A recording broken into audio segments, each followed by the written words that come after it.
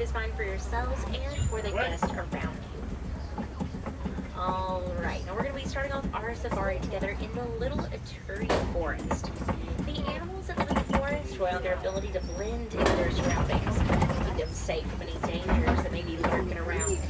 Up here on the hill to your left, there's a black and white bird in that clearing called a saddle-billed stork.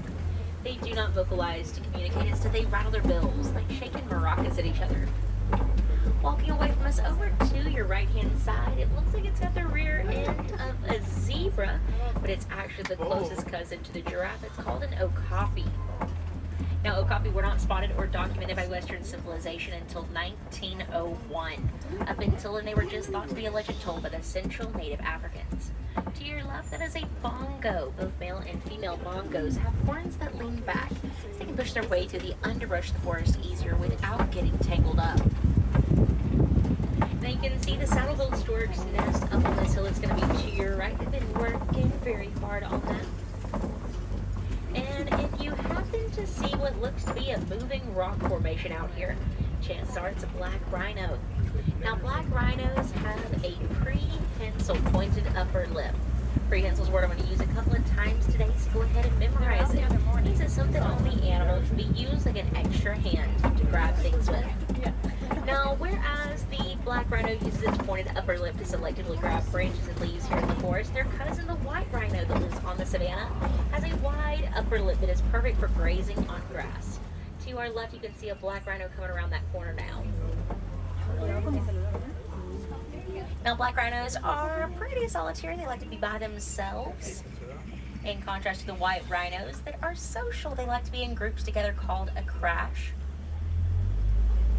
And black rhinos are about 3,000 pounds, whereas white rhinos weigh anywhere from 4 to about 5,000 pounds. On the hill to your left, those are greater kudu. Those are females. Males have long horseshoe-like horns that are really, really cool to look at. But as you can see, the girls are just as pretty without them. You can actually see the male greater kudu on the spotting kind of above your head on the outside edges. Alright, now we're going to head over towards the Sawview River, see what's going on down there. But before we get there, by a show of hands, is this anybody's first safari? Raise your hand. Do it. Alright, well, welcome aboard, new and returning friends. My name is Juliana. I'm from Alabama, and I am so excited to be your safari guide today. We're going to have a good time. Hopefully everyone gets to see something they've never seen before or learn something you may have never heard. Alright, now over here too, alright, there is a hippo down in the water. We're going to head downstream and try to find some that are easier to see, so make sure everyone is staying seated. There's also pink-backed pelicans over there, named for the pink coloration on their backs during their mating season. They are considered colonial nesters and will nest a couple of hundred pairs at a time. Right here to our left, we have found some more hippos. There's one between us and that island there. Kind of looks like a little island themselves. Now, a group of hippos is called a bloat. An easy way to remember that is bloat rhymes with float, and floating is something hippos don't do very often. Instead, they sink down to the bottom of whatever waterway they're in and walk along the bottom, bouncing up every couple of minutes to get a big breath of air. As they come up for air, their ears go above the surface of the water. They can still hear below the surface by picking up vibrations in their jawbone, which I just think is so neat.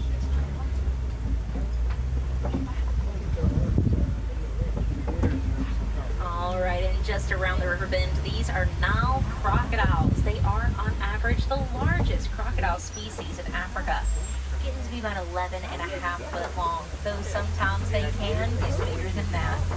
Though they're holding very still right now, when it comes time for them to strike their prey or defend themselves, they're incredibly fast and strong. People often wonder the difference between alligators and crocodiles. It can be seen pretty easily in the shape of their snout. Alligators have more of a U-shaped snout, whereas crocodiles like those have more of a V-shaped snout. All depends on where in the world they're from. Up at the top of this hill, there's a great big beautiful tree called a baobab tree, also known as the tree of life, which I'm sure you've heard of somewhere before. The reason it's called that is it has a hollow tank in its trunk where it can save water. So whenever there is a drought on the savannah, animals go up to the baobab tree, touch a hole in the side of it, and drink out like a giant juice box, therefore giving them life, living up to its nickname, the tree of life. Alright, now we've made it to the savannah. And with all these wide open spaces, we're probably going to see some animals way off in the distance. But But for some of those animals, I'm gonna wait until we're as close as I can get us to them before I talk about them. That way you can see any physical characteristics that I may take the time to describe. Now it looks like first up we're gonna get to see some teeny tiny little antelope called springbok. Now they are fully grown, but they are tiny and they are mighty. They can jump 6 to 8 foot high and leap 13 foot across. They also do this thing called pronking, where they bounce up and down really quickly, like a kid with too much sugar. And then laying past them, those are the wildebeest, and wildebeest will migrate across Africa in a large herd alongside other species of animals like zebras, all in search of water. But wildebeest themselves can go 3 days without a drink of water, which is something that we are not designed for. So make sure you drink plenty of water. Over here to your left, we have found a pack of painted dogs. These are not hyenas. They're a totally different species. Painted dogs are the #1 predators on the savannah, beating out the big cats and the hyenas for that #1 spot. And that's because they'll work together as a pack to take down their prey, which gives them a very high success rate when hunting. They're actually 3 times more likely to catch their prey than a lion is. Over here, continuing to look to your left, these are the sable antelopes. They have a dark coloration around their eyes and reflects sunlight from blinding them during the daytime, so they can keep a lookout for daytime predators easier. The red and brown structures that you see sticking up everywhere, these are termite mounds made of mostly poop, saliva, and mud. Once they bake in the hot savannah sun, they get as hard as concrete and make really good scratching posts for large animals. Once the larger animals keep spinning over their itchy spots taken care of, it makes the termite mound shorter. So then they make really good lookout posts for small animals like meerkats that need that extra height to see through the tall grass of the savannah. Alright, now we're going to get close to the Ankole cattle. As we get close, make sure to stay seated. Keep all hands, arms, feet, legs at all times, and don't try to call them any closer. Now, the horns of the Ankole cattle get 3 to 4 foot long each. Now, a honeycomb-like structure inside that allows blood to flow through, helping them regulate their body's temperature. They were actually worshipped in ancient Egypt and found hieroglyphics dating back 6,000 years.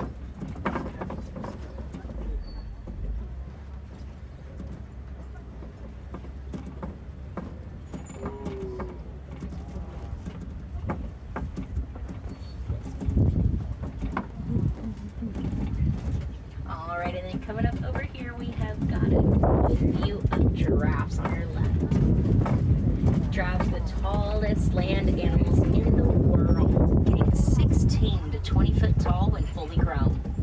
They have a 6 foot long neck, so it takes incredibly high blood pressure to push blood all the way up to their noggin.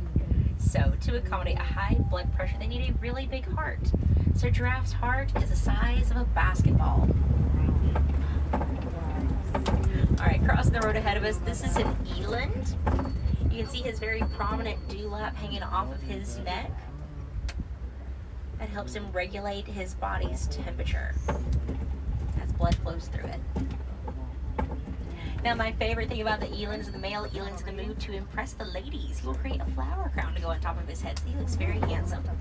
But most of it means he'll just pull a bush out of the ground, put it on top of his head, and dirt goes everywhere. But he still looks real good. Here we've got a female to your right. And then we're going to get a very close look at the good side of these giraffes over here on your left.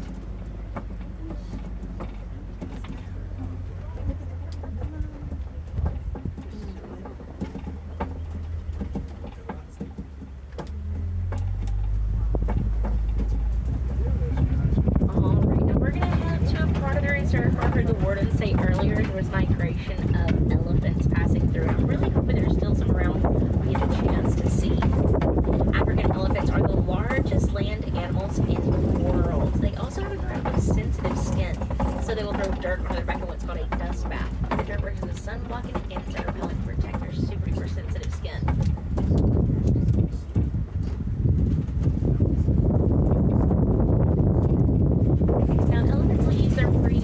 Trunks drop all sorts of vegetation to deliver to their mouth to snack on. One single elephant can eat over 300 pounds of vegetation in one day by themselves. Alright, now over here to your left, there are mandrills. Right over here. Oh my, look how Now, since full-grown dominant male mandrills can reach about 120 pounds sometimes, they are considered the largest monkey species in the world. They have a red and blue coloration on their faces and rear ends that brightens as they get excited. You can see a dominant male walking along the rock wall now.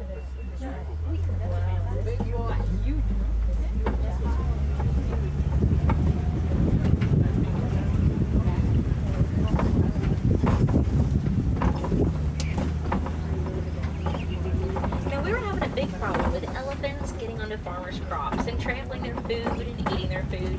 And the farmers really didn't like that because that's their livelihood. It's how they take care of their families. So the farmers trying to get rid of those elephants, and we couldn't let that happen. So here at the Harambe Wildlife Preserve, using our elephants here, we learned because they're super duper sensitive skin, African elephants don't like bees.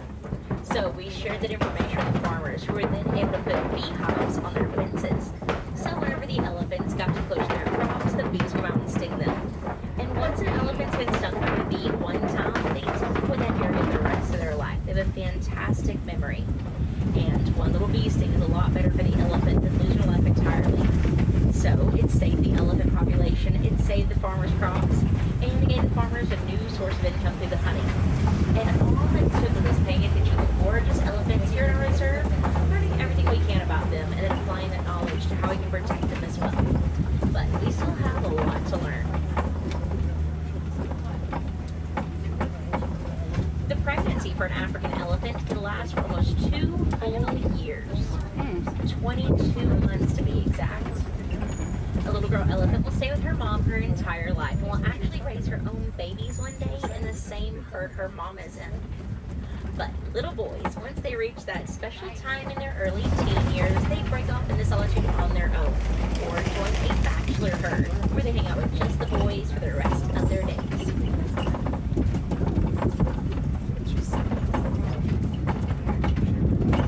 Now in a herd of females, there can be anywhere from 2 to 40 full-grown adult ladies along with their babies. They're led in the herd boats called the matriarch, which is the big head mama that shows everyone to go through the water in safety, which is information that's been passed to her through generations of matriarchs just like her. Alright, now over here, these are greater flamingos. They're the largest species of flamingo, can be 5 foot tall when fully grown. They're also the lightest in pink coloration they get from the beta carotene and the brine, shrimp, and other small aquatic creatures they eat. Now if you look over to your left, behind that baobab tree, there's an elephant. There's an easier angle to see at. Now, the way that elephant is flapping their ears every once in a while, they're actually pushing a gust of wind over the arteries on the back of their ears, and that can help cool them down by 15 degrees when needed.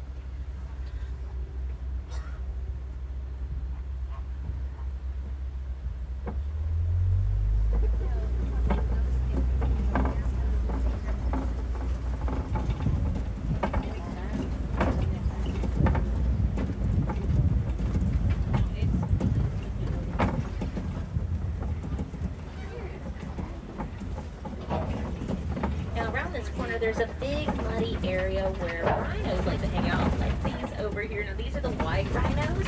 They're the ones that have the wide upper lip that's perfect for grazing out here on the savanna. You can also tell just how much more social they are than the black rhinos.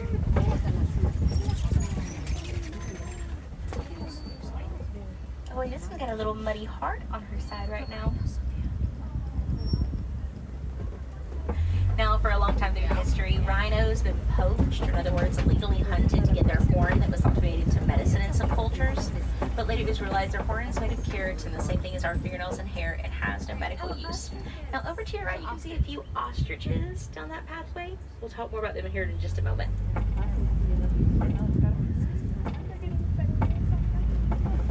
Now, later it was realized their horn, the rhino's horn, is not made out of anything that we used for medicine. It's actually the same thing as our fingernails and hair and has no medical use. But still to this day, they are poached and their horn is sold on the black market. So, because of all that poaching, we lost a very large number of rhinos out of the world that we're supposed to have. We've actually lost some species altogether entirely. Currently, worldwide, there's only 5 types of rhinos left. And we've been very fortunate enough today to see 2 of those 5 species. All right, now if you look at the clearing on that hill to your left, there are cheetahs. There's one that's laying right there in the middle. Cheetahs are the fastest land animals in the world. They can reach top speed of 70 miles an hour. They can go 0 to 60 in 3 seconds. As they run full speed, they use their tail like a boat rudder to help them make sharp turns. We're also getting close to an area where I've had some luck in the past finding lions. Sadly, in the last 30 years, we have lost half the wild lion population. A lot of that's with humans overpopulating their hunting grounds and taking away their food source in the process. So they're running out of things to eat out there. Now the lions tend to hang around this great big rock formation over to your left called the Kobe. But right now, with it being such a hot part of the day, there's a good chance they have found some shade somewhere. But most people look out for them anyways. They rest about 16 to 20 hours a day. They're most active at night, which they do a majority of their hunting. When a lion roars, it really does not sound like it does the movies. It's more of a short burst that you can over and over again, but it's absolutely beautiful to hear. Now there's another look at the ostriches over to your right. There's one rolling around in the dirt. They're the largest birds in the world, and they are flightless. They use their wings on turn when running. They run about 40 miles an hour at their top speed.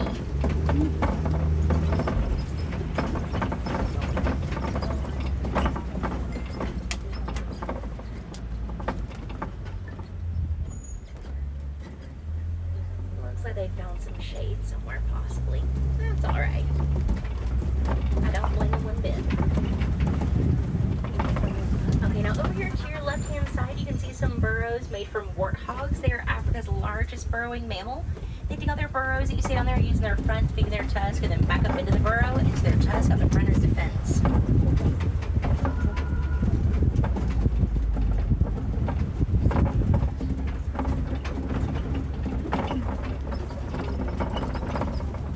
As we come around this corner down this next trail that's going to be to your right, there are ostrich eggs.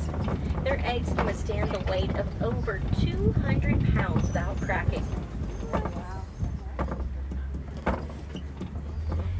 Now, since we have lost a large number of rhinos over time because of poaching, here at the Harambe Wildlife Reserve, we have a species removal plan for white rhinos. And we have had 13 baby rhinos born here in the last 26, almost 27 years this park has been open. 2 of the rhinos that were born here, not all grown up, and have been released to the wild of Africa, where they now have babies and even grandbabies of their own, contributing even further to the population's growth, which is so cool. There's still so much work and conservation to be done, and we'll talk more about that here in just a moment. But first, we're going to get a look at these Nigerian dwarf goats.